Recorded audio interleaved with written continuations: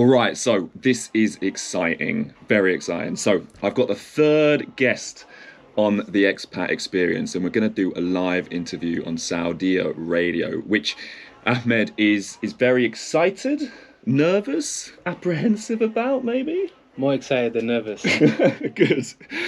Everything you hear is going to be going live to millions of people in Saudi, or 10 or 100 or whatever it might be. So enjoy. And this is exciting because Ahmed has been here for, what was it, 5 or 6 weeks? Roughly. So fresh off the boat, lots to talk about, and obviously is going to help you guide your experience in terms of, is Saudi the right place for you?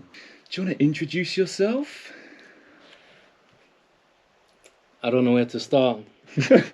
My name is Ahmed. There's so much and so little to say, but let's start with this. I'm a man on a mission. I've arrived in Saudi almost 4 to 5 weeks. Fresh off the boat. Fresh off the plane. But truly, I'm loving every minute. It's exciting. It feels like an adventure. And I'm ready to see what the future holds. Professionally, I'm a lawyer. And I'm here to explore opportunities. I've had a series of meetings, and inshallah, if all goes well, I want to settle here. I'm in my 20s. Next year, I'll be in my late 20s. I've spent most of my life in the UK, about a quarter century. And alhamdulillah, I thought it was time for a change. And it couldn't not have come at a better time. So I'm really blessed, really excited. And I'm sure as we talk more, you learn more about me. I've had the pleasure of meeting Pete in the gym. Absolutely. And yeah, man, I'm on the radio. I'm not radio trained. so bear with me. Oh, for sure. So don't worry, I've been in your shoes. I have had, equal experience of sitting where you are. From the first conversation we had, I just felt you were such a genuine guy. We had lots of similarities in terms of we both liked the gym, and then we came over from London. London boys in the building. Absolutely. I offered Ahmed to come on the show, and I think there was a look of hesitation, definitely. Terror, nervousness, excitement, and because this is like the beautiful thing, right? Is there's lots of expats listening who have all had their same, like, a similar journey, right? They at some point have made a decision to move, leave family, leave friends, leave security behind, and move to Saudi.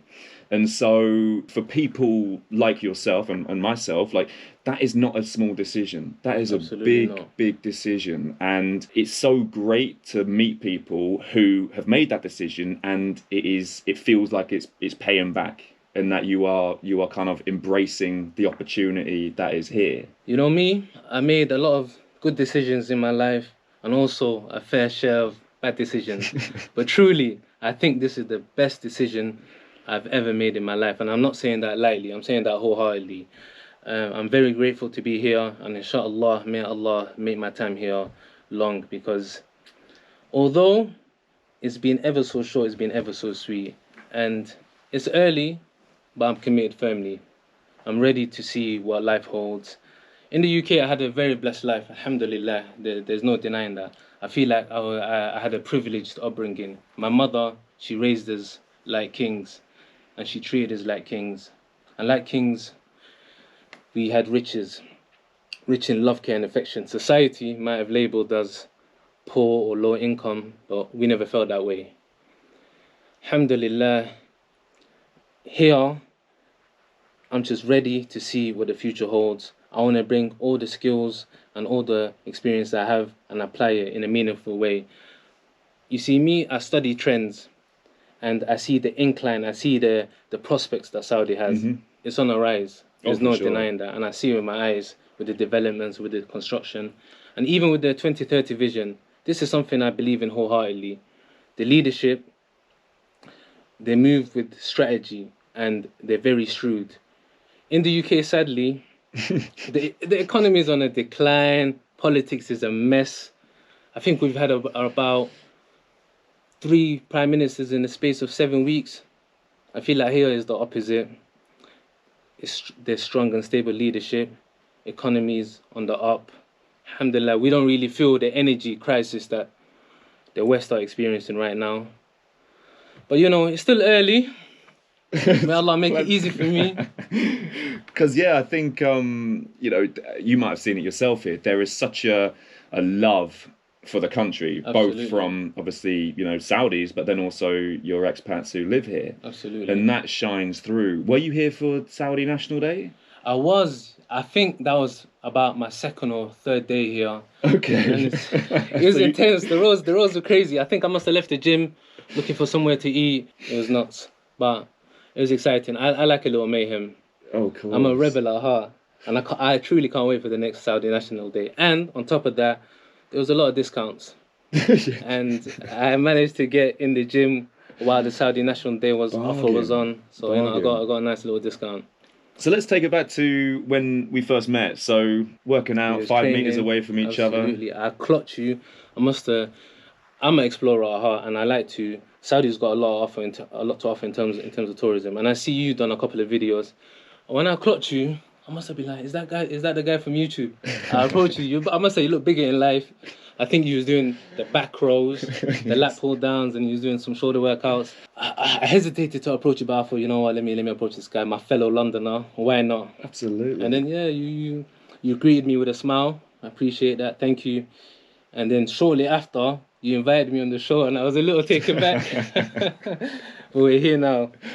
How did you find that process? Like when you were looking at moving, what were you looking at in terms, because you've said, all right, Saudi, lots of opportunity. It looks like a very good place to be and sort of, you know, enriched there.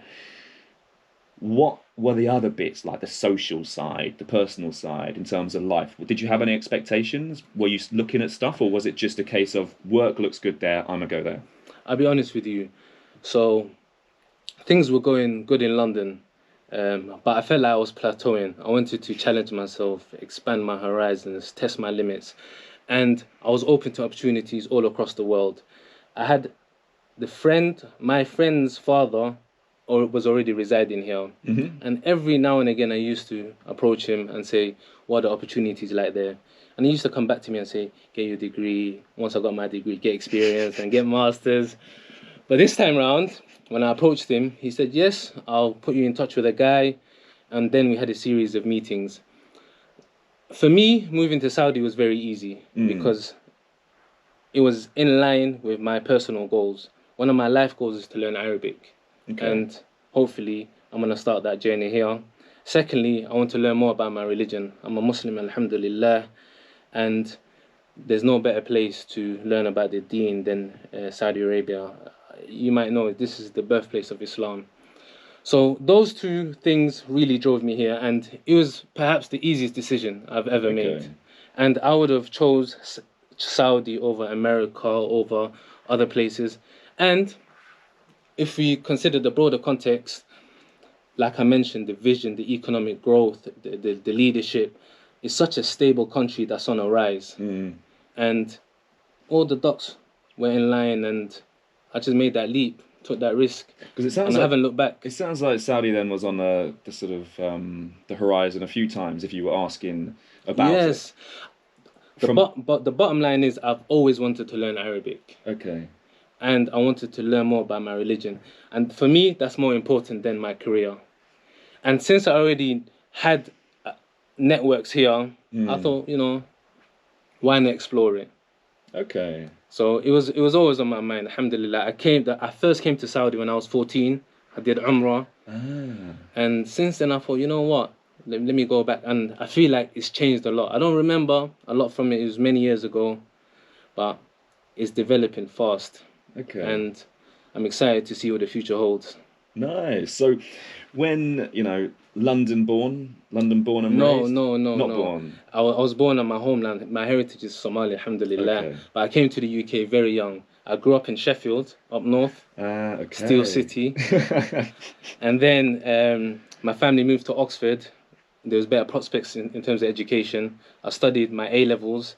I did economics, history, and politics. And to this day, I really value studying them subjects because it helped me shape my worldview. It helped me understand the world on a much deeper level. I then went to university, it was an easy choice for me to decide to study law because, again, it was in line with my personal goals. I wanted to become more articulate. I wanted to become more persuasive. And as a child, the poor often saw the law as an enemy, not a friend. And I wanted to, help my people stand up against the law, stand up against the system. And that's essentially what drove me to law. And it's interesting when you find ways to exploit loopholes. Or should I say, think outside the box. I see. Yeah, so, for me, it's very suited to my skills and abilities. So I'm lucky to have chosen law. After my degree, I worked as a court clerk, which is essentially the assistant to a judge, and I managed courtrooms. I brought people in. I was the link between the judge and the members of the public. It was a really interesting experience. I got to see what happens behind the scenes. Okay. And I loved it because that was my first insight into practicing law. I then moved to London. I worked in-house for a large healthcare regulator, managing cases, preparing them for hearings. And most recently, I worked as an investigator for the IOPC. Have you heard of them before? No. So as the organization and myself, we used to independently investigate allegations of police misconduct. So often police shootings, corruption, really serious high-level incidents involving the police. It was an interesting role, but I used to watch a lot of deaths on camera, and a bit much. It was a bit much. Every day going in, watching deaths on camera, writing reports. It wasn't for me.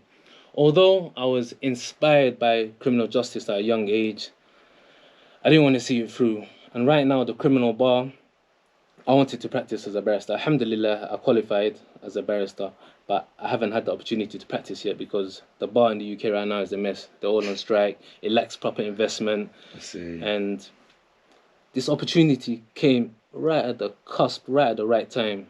And I took it. I didn't have much information. And I'm still, testing the waters, seeing if I could swim.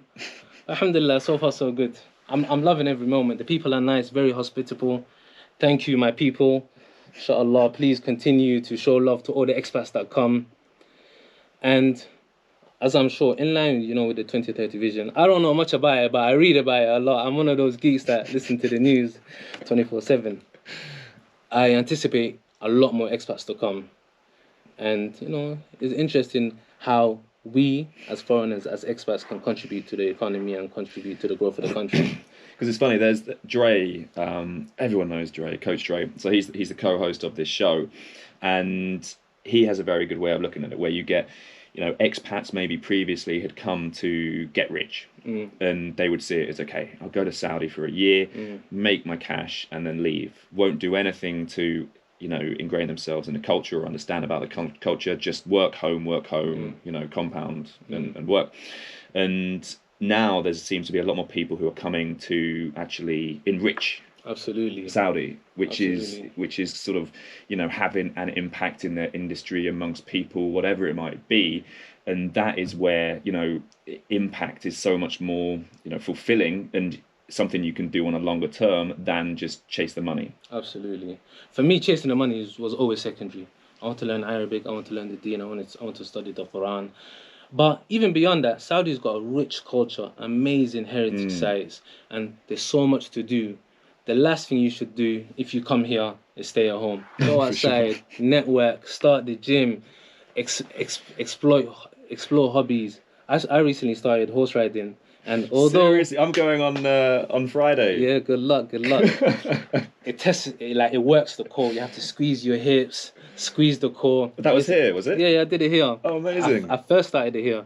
I think I had about 3 lessons. I tried to do it yesterday after the gym, but it was too late. It was about 10 p.m. They told me go home, come back another day. So that's prime time. Anything past midnight here is prime time. No, but the guy seemed tired. Okay. But hopefully I might go today. I play football with some mates I've met. So I have a very active social life. The thing about London is everyone's tunnel vision. Everyone's on their own kind of mission. And if I brought that mentality here, I'll be at home, bored, probably depressed. So you really have to be outgoing. You have to be active. one thing I want to explore further is the cuisines. I know my Saudi people got amazing food. So if you got any tips, yeah, places please to hit, call in, let us know. I want to taste authentic Saudi cuisine. I want what the locals eat. There was a dish which in the morning someone bought in sort of in my first week or so called masouk. Yes. And have you heard of it? I have heard of it, but I don't think I tried it. So there's probably people listening being like, "Oh my god, that is the best!" But it's like this breakfast thing where I believe it's like an OT type thing with banana, dates, Oh, you know, I think I did have that. I think like buckets full of honey, cream, cheese, maybe. Oh, it keeps you going. Yeah. It gives you the energy. But yeah, I want authentic Saudi cuisine, Hijazi food. I'm a big foodie. Okay. That's why I have to work out a lot. Have you found anything yet? To be honest, I've been hitting up the same few spots, but I wanna explore. And do you have any recommendations? I was going to say I'll ride your coattails then. You can do the exploring there. I asked you and you said Nando's and I'm disappointed. Well, you know, being a Londoner, you're going to... I know, but I'm sick of Nando's. I used to have it every other day. No, my favourite is, one of the favourite is Bukhari, which is basically like just chicken and rice. But this is for you, Dijaj al-Faham. Dijaj al-Faham. You know that one? See? Dijaj is chicken. Yeah. Yeah, I don't know the rest. Al-Faham is like charcoal like barbecue chicken. Yeah. Okay. I love chicken. I think that there's a crossover with shisha, right? Where it's like Faham is the charcoal for that. Okay. Arabic lessons already. Thank you, bro. I appreciate that. I mean, don't expect much else. Easy. Bro, I was drawing blanks. But you know, I feel like once we have the conversation going, it's simple. But when you say introduce yourself. That's such a broad question, bro. Ask me something specific. We're good now. I feel like I'm in the flow. You are. One thing that I want to go through a bit now is just how is life like for you here? Because a lot of the time I get messages from people who are thinking about coming over and they are really scared or worried that it's a struggle to meet people and there's no social scene. So how has that been for you? The adjustment of, you know, from London, probably have people at your fingertips at whatever moment of every day. You could go out for dinner, you could do this, you could do that. How has that been? What's the contrast been like for you? So in London, I had a lot of family and friends, and I didn't really network much because I knew so many people for such a long time. When I first arrived here, my brother, who travels a lot, he gave me very good advice, and he told me to establish a social circle. Without a social circle, you will struggle. That's clear. So I was very active. One of the first things I done was start the gym, and already I was meeting people, like-minded people who were on a similar path. I like to be around active people, proactive people, and luckily I met a lot of good people already within the gym. But my advice to people who are moving here is to establish a social circle, pursue hobbies, get out of the house. The worst thing you could do is stay indoors, especially in a new country. So just, even if it's walking around the city centre or exploring heritage sites, museums, go out and about. People are really hospitable, welcoming and loving. And alhamdulillah, I got a lot of love. I must say, man. So just be active, be open to meeting new people, and don't be afraid to approach people. Because that is one thing that I've always struggled with, I must admit, is breaking that ice. I think everyone feels like I'm quite antisocial and you're very welcoming, headphones in and everything on the surface. But like I think it is intimidating meeting people. But what have you found to be a good sort of? You literally just go up and say hi. Me, I am so direct. The best thing you could do, is smile, smiling sunnah. Just smile at everyone, and then, you know, if you share interest, even better. I started jiu-jitsu, and, you know, there's lots of like-minded people trying to choke you out and submit you. But then you're all friends afterwards, right? Yeah, 100%, bro, 100%. So the best way, I think, to meet people is through hobbies and doing things. But one thing I was considering, I was thinking, or speaking to you afterwards, is do you think there's some kind of society or federation for expats? Perhaps that's something we should look into setting up, to welcome new foreigners. You know, we could network, we could organize social events.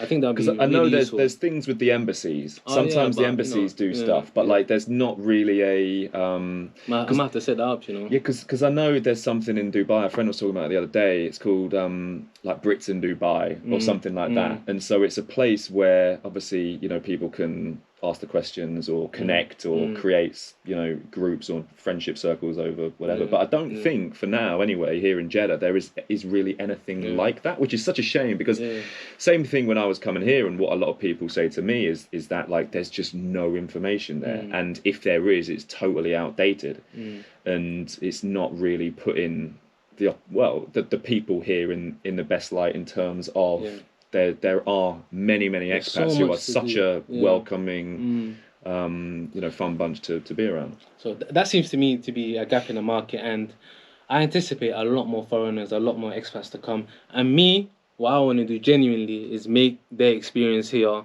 their transition here, particularly the first 48 weeks, as easy as possible.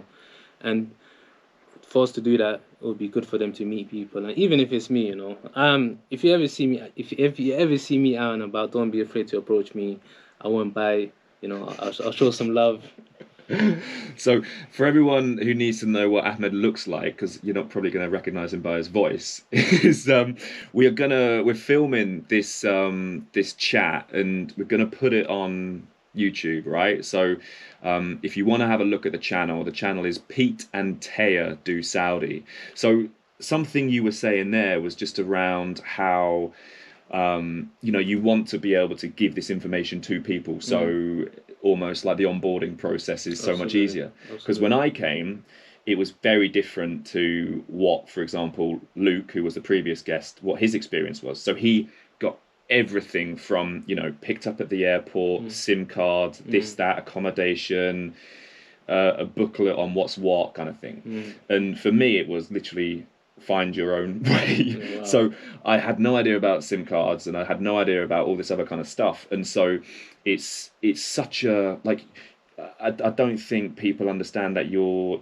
leaving a country and you have no idea what's what, and so to be going somewhere and have an inkling, and that's what I try and do with what I do with Taya on the YouTube is on the YouTube channel, which is answer the questions that people struggle with. So if women ask, do I need to wear an abaya, do I need to be covered, shorts, tattoos, social scene, all this kind of stuff, so that people can come to Saudi not listening to what they have heard on the news or the media about it being a really scary place, but actually come thinking, okay, this is going to be great, I cannot wait to get there and just settle down, unpack my suitcase and feel like I'm going to be there for a good stint of time. I would say if you're an employer and you have someone coming in, the bare minimum you should do is pick them up from the airport and give them a SIM card, and welcome them to the country, and make that transition as easy as possible. Because I do remember when I first landed, the first thing that kind of slapped me in the face was the climate. Because I came from really cold city to... So that was the first thing, because... That was the first immediate shock. Because you came to the new airport. Yes. If you come to the old airport, that would have been the first thing that hit you in the face. Yeah, wow. It was a little old, should we say. It was quite an assault on your senses in many different ways. But yeah, you literally walk out and you're like, wow. Yeah, and it's so busy, so vibrant. And it's a modern airport, very high quality. And I'm really impressed, just on a wider scale, of the infrastructure.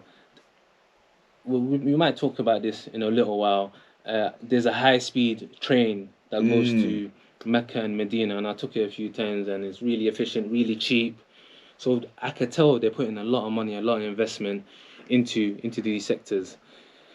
And, this is going to make foreigners move around the country a lot quicker. I wish they would expand it to other areas, particularly the tourist areas. Alhamdulillah, for me personally, to Mecca and Medina, that's a beautiful start already.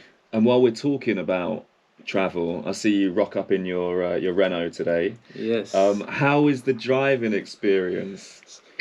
So the driving, when I first landed, that was the second shock I had, because in London things are a little bit more easygoing. Perhaps I'm used to it more, but now having been on the roads a little while, You're still alive. I'm still alive, alhamdulillah. But I came up with a system, and it's pretty easy.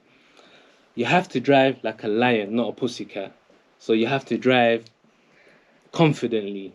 If you hesitate, you're gonna get bullied on the roads. And no, everyone out there, confident doesn't mean like an idiot. No, absolutely not. Be as safe as possible. You wanna reduce risk, but at the same time, you'll have to overcome this. Adjusting to the driving for me took a little while, but now I'm a few weeks in. To be honest, I don't really. It's not a big issue for me no more. Yeah. It's something I've overcome. I don't really pay attention to it no more. It's just as it's normal. I'm sure you got adjusted to it. Oh, for sure. My girlfriend Taya, she's going through it at the moment. So she's just got her car about 3 weeks ago. She's kicked me out of the car parking place in the compound, and I have to now park on the road outside. So I believe relationships are all about compromise. So I get into the car and it's about 1,000,000 degrees because it's been sat out in the sun. But anyway, so she's had the same experience whereby you just have to, like, don't be an idiot, but you just have to own your lane, own what you're doing. Absolutely. Don't like, do I go? Do I not? Oh, no, I'm going to brake. Be decisive. Yeah, exactly. Yeah. And I'm a really experienced driver. I've been driving for many years. But to be honest, the driving here will also prepare you for driving in other places in the world. Yes. I feel like, and it's good to test your skills. You might think you're a good driver. You come here, you realize, I'm probably not that good. Well, it depends how you define good, doesn't it?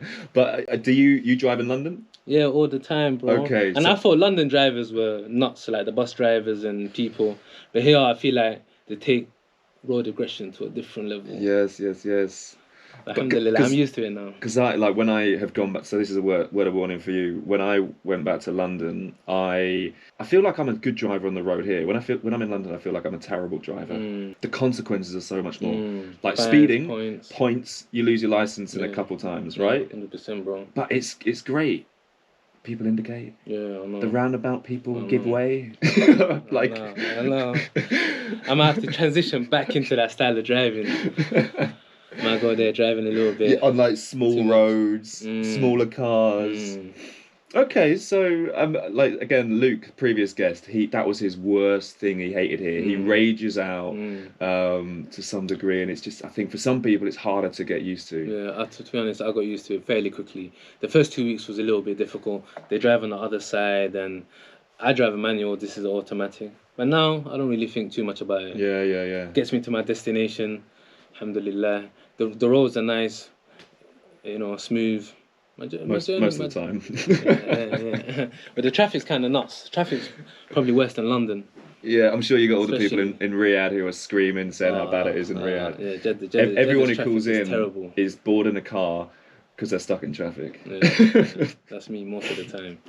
But you mentioned about how you've been trying other things. So you've done you've joined the gym, your jiu-jitsu. Yes. What else have you been exploring? So I'm a jiu-jitsu white belt. I've been doing Nogi jiu-jitsu. More recently, I've been doing horse riding. This is, I don't know if it's a stretch to call it a passion, but this is something I want to get into wholeheartedly. Why is that? I love something about horses. They're relaxing. Yes. For me, going on a horse is like therapy. And it's a challenge. It's a form of exercise. And I just enjoy it. It's hard to express. It's a soothing experience. It soothes the heart. It clears my mind. And I just like horses. It's that simple. And I know you're going horse riding soon, so you're going to have to tell me about your experience. I will. Because the last time I was on a horse, all I could think was, oh my God, it's a long way down if I were to fall. So it was anything but soothing. it was you're growing you. And because at the time like we were doing it was like something for like this commercial thing, and so I was on a horse, and then there was this drone who was getting some footage, and the horse did not like the drone. The horse was like, I was freaking out because I was telling the guy like, get away, move it away, because I was just thinking the worst, and I was going on holiday the next day, so I thought it would probably buck me off, or like, because it was getting anxious and agitated. It's not easy horse riding. It's a skill that you have to develop. What's a tip for me? Squeeze your hips straight back, tighten your core, and listen to the instructor. Although you struggled with that because you... Yeah, there's a big language barrier. Obviously, my Arabic, I'm working on it. and he's working on his English, so there's a big. He tells me instructions. I'm just trying to decipher what he says. But, you know, I understand body language fairly well. I can't understand when he's pissed from his facial expression. And I'm not the best of listeners. I'm quite arrogant in the sense that I think, you know, how hard can it be? Right, left, but... You get humbled quickly. I get humbled quickly. And the horse, it doesn't listen most of the time. But it listens to my instructor. But, you know, I'll keep going. This is something I never want to stop. I genuinely enjoy it. And I want to be doing it for the foreseeable future. That, along with jiu-jitsu, weight training. To be honest, I do football as well. I'm gonna have football straight after this this interview, this radio station. Man, you're busy. I'm trying to, bro. Do you know one thing I hate? Staying at home doing nothing. So I'm at home. I'm not married, so I might as well be active, get healthy. Yeah. Oh, for sure. The last thing I want to do is go home, watch TV, and just being around so many people. Everyone speaking Arabic. I'm picking up little bits of information, processing, learning. It's amazing. I won't ask you what you learn, but so how would you compare back in London, city life? Yes. You're probably on the go, hustle non-stop, versus here where you've got time to do all these different things. Were you doing that kind of stuff back home? To be honest, in the UK, I had a routine. I was a little bit of a workaholic. I had like 3 jobs at any one time, and mostly it was work and training. I didn't really do too much. I used to do jiu-jitsu here and then, but the pandemic messed it all up. But here, I came for a whole new way of life. And alhamdulillah, I've had the opportunity to experience things. Not only do I do it for my own progression, I do it to network and meet people and just get out of my comfort zone. I like pushing myself. And now I'm here, I made that leap, I might as well keep going forward. And that's one thing that I found personally with the radio, right? It's a challenge. It's an area of growth, something that you 100%. Are freaking out about before you do it. And so I feel like with you, it's nice to be able to give people this opportunity. How am I doing though? I mean, you. I feel like you're gonna. When I go and leave, I'm going to ask you to cover for me. I don't know if they have me, but, you know, let's give it a go. No, it's good. Like, it's just a conversation. And I'm sure everyone who's listening is probably relating to some degree to what you're saying. Because as I said, like, we've all been through the same experience, whether we've come across here alone, i.e. single, whether we've come across with family, whether kids or whatever. I think it's all... I feel like there's so much more opportunity to be more focused on your own personal 100%, development, 100%. Whatever that might be. For 100%. You, that might be language, first, religion, activities. Yes, absolutely. For others, it could be, you know, other bits. I would love to know, what are those moments here where you just think life couldn't get any better? I'm a people person and I really enjoy meeting people. Everybody's so kind, everybody's so welcoming. But one thing I particularly appreciate is, alhamdulillah, when it's prayer time, you see people praying. It could be outside work, it could be anywhere. You could join the prayers. You don't have to know their names, you don't have to know nobody. Perform your prayers and go about your business. So there's a sense of unity there. And for me personally, perhaps it's hard for me to put into words, but that's... little moments like that are the highlight of my time. And on a wider perspective, traveling, I haven't really been downtown, you know, the historic sites of Jeddah, but I'm slowly taking in the scenery. The weather's beautiful. Yeah, now's the time to go. No, 100%, bro, 100%. And I like the food. One thing I've experienced recently, which I love, I don't know where it's been all my life, is carrot tea. Have you had carrot tea before? I have. It's amazing, bro. I love it. I haven't. I usually opt for the Saudi coffee. Saudi coffee, qahwa. Yeah, I do love Saudi qahwa as well. So for me, it's all about trying out different stuff, foods, cuisines, coffees, just exploring every aspect of life. So how has that been then, being here? And do you have a sense that you're so much more involved with your faith, for example? 100%. So alhamdulillah, on my best days, I start my day with praying Sunnah and Fajr at a masjid, our local masjid. I used to walk, but now I got lazy. I drive there. So on the best of days, for me, that's an ideal way to start. I read some Quran. I have gotten much closer to my faith. And that alone is making me really happy within my heart. I've travelled to Mecca to do Umrah twice already. I haven't travelled to Medina yet. Inshallah, I'll take the high-speed railway there very soon. Perhaps even this weekend, I'm not sure. And moments like that soothe the heart. Being 1 hour away, I'm not sure if you understand the significance, but as a Muslim, alhamdulillah, so many Muslims around the world, 1 billion plus, would love to have the opportunity I have, living 1 hour away from Mecca, one of the holiest sites in Islam, and 2.5 hours away from Medina. So, and Jeddah, I feel like is the complete package. I love the water. I find the water relaxing. In London, I used to live by Camden. I used to go on long walks by the Camden Lock. Okay. So just seeing the water is very soothing. So it ticks every single box for me. I'll be real with you. So may Allah keep me here a long time, and I hope my time here is beneficial and I contribute meaningfully to the country. This is why I care about the welfare and the well-being of this country, and I want it, mashallah, to grow economically. I want much prosperity, because it's the site of the two. Is a country which hosts the two holy sites, and alhamdulillah, they do a great service. Millions of people around the world visit these sites, and I don't know how they manage it. It's very orderly, very organized, and it makes it easier for travelers to, alhamdulillah, perform their religious obligations and umrahs and so on. Are you looking forward to Ramadan here? I am. Last time I did Ramadan here was for over 10 years ago, and I can't really remember much, but I genuinely, I love Ramadan. Just is the best time of year for me. So, and for my health, I feel like I need a cleanse now and again. But what has been the things that you miss most? You mentioned something off air, obviously being family. Yeah, I'm a big family man. I'm very close to my siblings, and to be honest, I miss my family and friends the most. I'm a very social person. I used to socialize and kick it with the man them and the family a lot. But coming here, alhamdulillah, I feel like I've already established people who are similar to family, show me the same type of love as family. But that's certainly what I miss the most. To be honest, I don't really miss much from London. I just got bored of it, I'll be real with you. I was there for too long. It was time for me to change. I needed this break, and I'm here to stretch myself, push my limits, expand my horizons, and see, like, enrich my worldview. Are you pushing for friends and family to come join you out here? I am. I genuinely am. But inshallah, before I do that, I have to make something of myself. I have to be able to provide for them.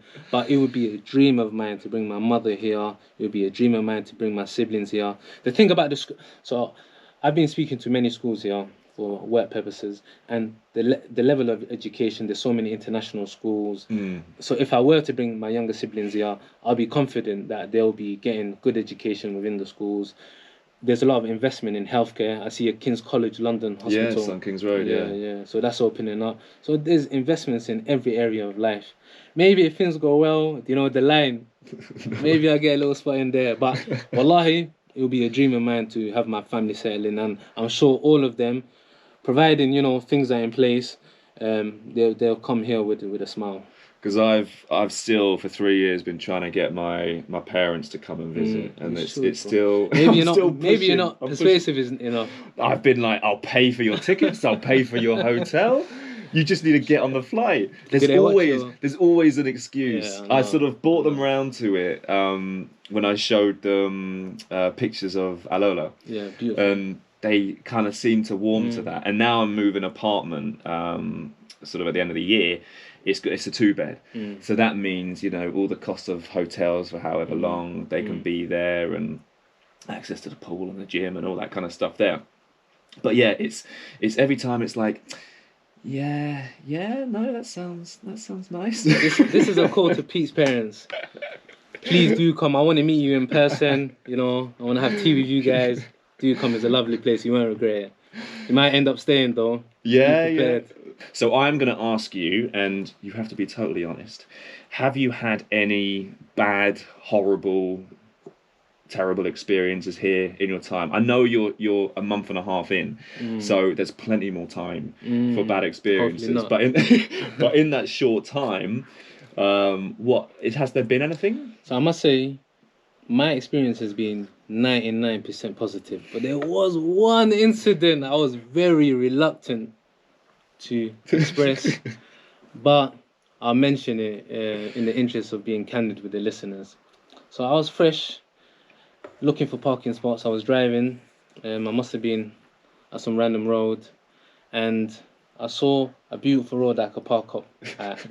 There was 3 no parking signs, but the 4th space was free, but it seemed to be right in front of someone's house. In the UK, you could pretty much park anywhere. There's not so much restrictions. So I slid it in there, parked perfectly, went about my business. I came back. How long? So it was a long day. I came back hours later. Okay, I see. I came back hours later. And I think I parked in front of some random guy's house, and clearly he wasn't happy. I drove off, and later on the day, while I was on the dual carriageway or the motorway, people were just beeping me. I was thinking, what's going on? Me, I didn't really. Maybe the radio was up high. I just didn't really process it. I parked up, and I realized my tire had been slashed and stabbed up. So honestly, it wasn't a nail. It was it was knifed up. Seriously, yeah, trust me, bro. It took me back. So I went back there the next day, and I approached him and confronted him. But I'm a nice guy, so I let it slide.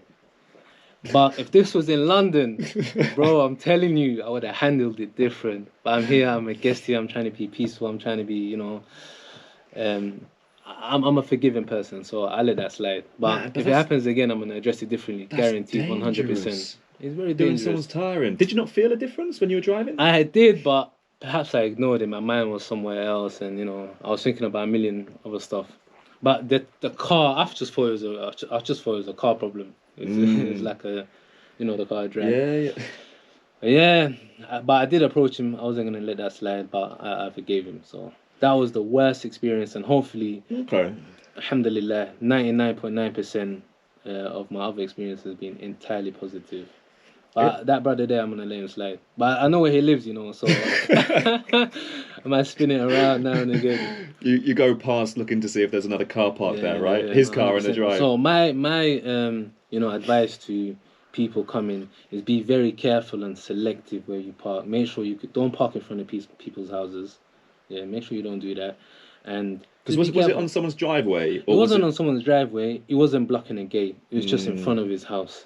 I see. Okay. Yeah. And I spoke to a couple of people. It was right next to a law firm, surprisingly. And I approached the law firm and I told them, "Let me see your cameras. I want to report this guy." They just told me, "You know what? Just let it slide, bro." And I did. Really? Yeah. Because there's a lot of that. Any sort of antisocial behaviour like that is they crack down on it. I think I could have took it further, but I was about 2 weeks in. I didn't want no trouble. I don't want to seem like a troublemaker, even though I was the one that was wronged.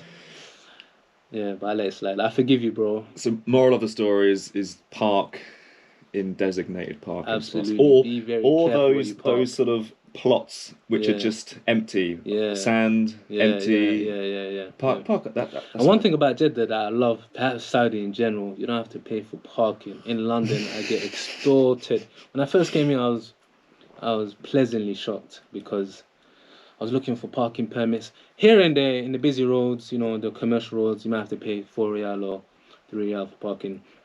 But in London, you're paying £10 everywhere. £10 what? Like 50 riyal? A pound like every 15 minutes or something, isn't it? It's crazy. Well, thank you for sharing, because I know you were a bit apprehensive. But I think, for people listening, we can't pretend like there aren't any bad experiences or negative things that go down. That is just the human experience, and it's not, Saudi in particular. Everywhere you go. I mean, the difference would be if you were in London, you might have got your window smashed in for something out your front seat. Yeah, trust me. I have friends, who get their window smashed in for like a Canada Goose call. And one time, it was early in the morning, I looked outside my house. The thing about London, there's a lot of drug addicts trying to break into your car, bro, especially in central London. So alhamdulillah, there's not much of that. Crime rate here is low. I leave stuff in my car all the time. I don't think about it twice. In London, I have to double check, triple check, make sure the cameras, make sure it's under CCTV. I know, because that is one thing. Like, it is unbelievably safe. I mean, we're going off about a story about your tires being slashed, but generally, I've been lucky. There hasn't been a single instance other than nearly being flattened by a water tanker that has made me sort of second think like why this isn't great. Like it is just, as you say, you can. I'm pretty sure. I think there's a video going around at the moment on Instagram, and it's like something like Life in Saudi or like Trust in Saudi, something like that. And it's this laptop left in like a Starbucks for like a day. Wow. Like no one, like the person there like goes, and it's like a mini test kind of thing. And then no one touches it. I think the repercussions for, do you know, in London, if you steal a laptop, you probably get away with it. The criminal justice system is broken. But here, I feel like the repercussions are so severe and so serious that people are put off by it. Yeah. But I feel like there's good people and bad people everywhere. I don't want to say UK is all bad and here's all good. I don't think that's the case. No. Yeah. No, I agree. But yeah, I mean, a lot of people have come to me and asked about safety and if it's okay to walk at night and all this kind of stuff. But it's like, I don't think I've ever even thought about it. Like, should I go down this road? It doesn't look very well lit. Yeah, like, I don't think twice about it. I'm very confident in my beliefs. And if it comes to it, I'll scrap it out. Or maybe, maybe people know you dabble in a bit of jiu-jitsu. No, I'm a white belt in jiu-jitsu. I'm a nobody. I'm not interested in pursuing other things other than my interest. You get what I'm saying? So if it's not in line with my growth and my interest, I simply won't do it. Yeah. I came here because I chose growth over comfort. I don't want to do comfortable stuff. I want to do challenging stuff that'll put me out of my comfort zone and help me grow. Hence why you're on the radio. Listen, you convinced me. For me, this is a milestone because I'm not radio trained, but it might be the first of many. I hope the listeners, I'm not boring them. Well, if you have any questions, feel free to call in. It was funny. We were talking about this before the show when you were like, "Did you think I was going to bail?" And I was like, there was one line, when you open your WhatsApp, I'm a polite guy, bro. And it shows you the first or the last message they sent. It said, "I appreciate the invite," and I thought, God, it's like 2 o'clock, and this guy's bailing on me. But no, he was like, "I'm coming. I got my passport to get in." Fought his way through security, and security was blessed. They didn't trouble me too much. I showed them the pass, and all in Arabic, so I had no idea if it was the right pass. No, sadly I couldn't read it as well. I wish I could. But they said Ahmed, and it was very swift. I parked up, saw you there. You guided me through the building. Through that non-car park, right? Yeah, we're here now. Amazing. Well, we'll cut to a break.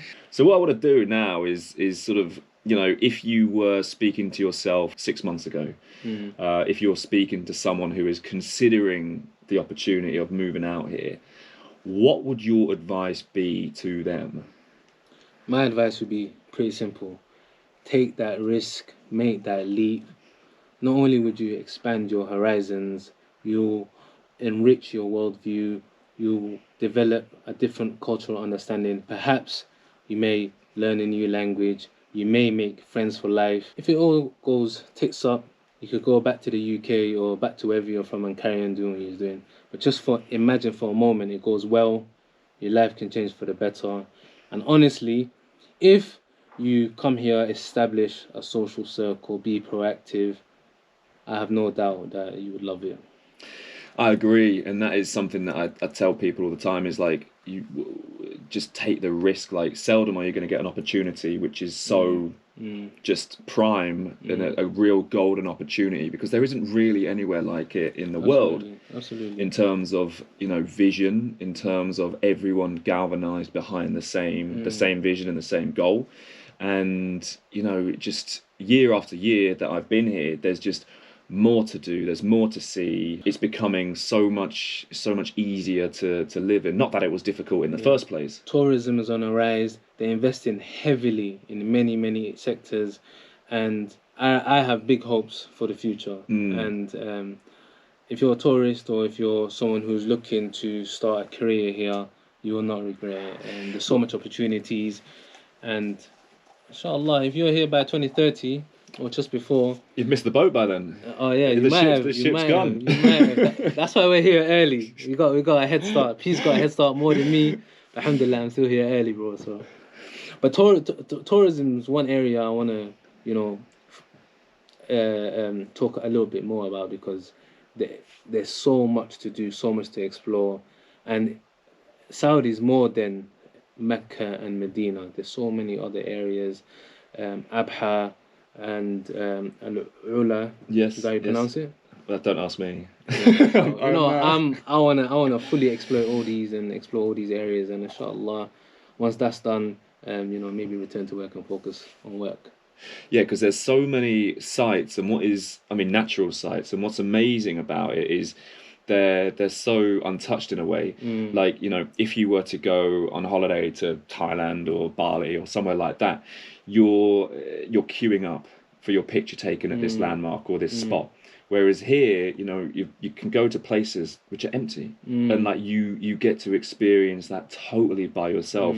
And for you, you're talking about the tourism side and seeing more. There are some really, really good groups who are, becoming a lot better at what they do, who host weekends or, short travel trips away to various different destinations. I'll have to check them out. So I'll share them with you off air, but there is so many people who are so passionate about their country, even showing off the country to locals, to Saudis. Because I remember sort of when I was working in the gym, you'd have clients who would all be there, who would travel abroad. And when I was going to see all these places, I'd be like, oh, I'm going here. Like, have you been? They were like, no.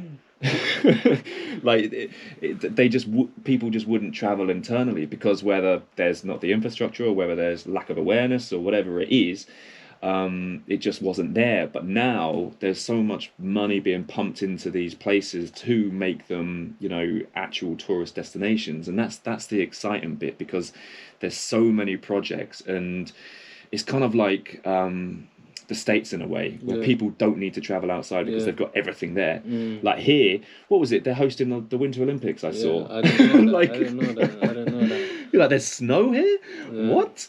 But the landscapes are so vast, and it's got big potential. Yeah, I did a sort of a 24-hour road trip, in terms of like the driving distance came up to 24 hours, and the amount of different landscapes and stuff you see. The drive doesn't feel like anything, because you were just mesmerised by what's out the window. MashaAllah. And just it's a bit different from driving on the M1 or something. Yeah, I know. And I do hope I get to experience all these sites. I wish there were more documentaries. Perhaps there is, and I haven't found them, which give a better insight into all these areas. Maybe I need to do. I know they're bringing, or lots of travel influencers are coming over, and so they're doing their piece. They're exploring. There was this lady actually I was sat next to on the flight back home from the UK, and she's got an Instagram account called Saudi Travel Notes. Okay. And she's an English lady, and she comes out and does all these like amazing routes that no one has ever seen or touched before. And so, her insight and her knowledge of the people here, in terms of who to speak to who, like where to get to this place. She's a treasure trove. You get those people who just know everything. So she's one worth looking at, because if you want to look at, where are good places to go, you'll be in awe at what is around. I want to go somewhere different every weekend. Well, on your horse, maybe. Trust me. If I could ride a horse on the M-way, I'll happily do so. I wish I could take it home. My brother actually always tells me, just buy a horse. It's only 10,000 SAR. Yeah. So it's the maintenance though. It's the keep. I know, but I'll pay someone to do that. Just buy a horse. Yeah. Imagine that. I do want to own a horse one day. I want to own a whole stable of horses. I have one last question. Go ahead, bro. One last question. So, when you're walking down the road here, or walking down a corniche, or walking down a stretch of, of environment here, what goes through your head? What are you thinking? Honestly, it's very simple. I'm thinking that I feel at home. Already? Trust me, I feel at home, and fondly do I hope, fervently do I pray that Allah Azza wa Jalla allows me to stay, because I feel at home, and I want to, inshallah, start a new life here. Awesome. And I think you will.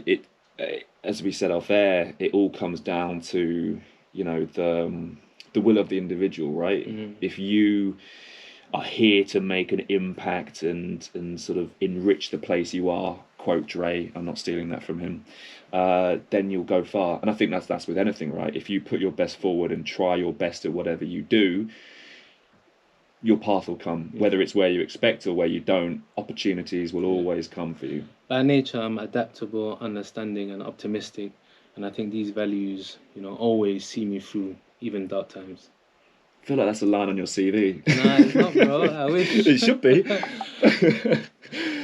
Well, Ahmed, thank you so much for coming on. Thank you for the invite, Pete. No, I know there was a bit of nervousness, first of all. I'm a private guy, so I don't like to showcase myself or, you know, speak too much about myself, but, you know, you got me out of my zone, so it was a pleasure being here. Thank you for the invite. And maybe sometime you can come on again and say how things are going. Why not, bro? Well, good luck. I'm sure everyone listening wishes you the best of luck, because honestly, you are so genuine, so humble, and obviously know what you want in terms of bettering yourself and bettering those you come into contact with. And from me, sort of meeting you for the first instance, there is such a depth and warmness to you. So thank you for approaching me in the gym. Bro. Goodbye, everyone. Assalamu alaikum. Bye-bye. Boom! Nailed it! Fucking nailed it! Thank you. I was so out of my element, but I appreciate you giving me this opportunity, man. For sure. I'm so used to like speaking in legal settings and so on, but here it was so casual, and I was thinking, you know, just in terms of employment prospects and so on, should I show a little bit more of my personality, or should I just keep it formal? And so say you've been on the radio. Say you're like immersing yourself, because I think that's what employers want as well. 100%. Listening. They want you to they want you to know that they can rely on you and you're not going to leave. So the fact that you're immersing yourself 100%. And just going balls deep is only going to help. So the off-air advice for people watching, what would you say? Same as? Yeah, same 100% as, truth, you were saying? Basically, like I said in the ending, I like to be optimistic and understanding. And I always see the glass as half full rather than half empty. And I'm not a complainer. I just get it done. Everyone has bad days and everyone has good days. I focus on the good. That's my advice. And then it was take the risk. Just do it. Take the risk. Make that leap. Make that jump. You won't regret it. If you do, you could go back and carry on doing what you was doing. Pick up where you left off. Pick up where you left off. Trust me. Boom. Awesome. Thank you, bro.